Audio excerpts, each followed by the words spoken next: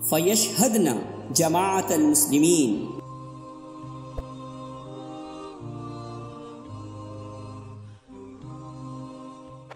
رسول اللہ صلی اللہ علیہ وسلم کا فرمان فیشہدن جماعت المسلمین، صحیح البخاری۔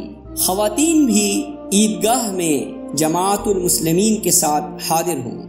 جماعت المسلمین کے لیے اللہ تعالی کی طرف سے 2 عیدیں مقرر ہیں، ایک عید الفطر اور دوسری عید الاضحیٰ۔ پورے سال میں صرف یہی 2 دن ہیں جن میں پوری جماعت المسلمین کو خوشی و اظہار سرور کرنا چاہیے۔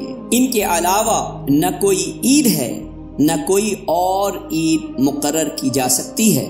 ان 2 کے علاوہ کسی اور عید کا مقرر کرنا مداخلت فی الدین اور شرک فی الشریعہ ہے۔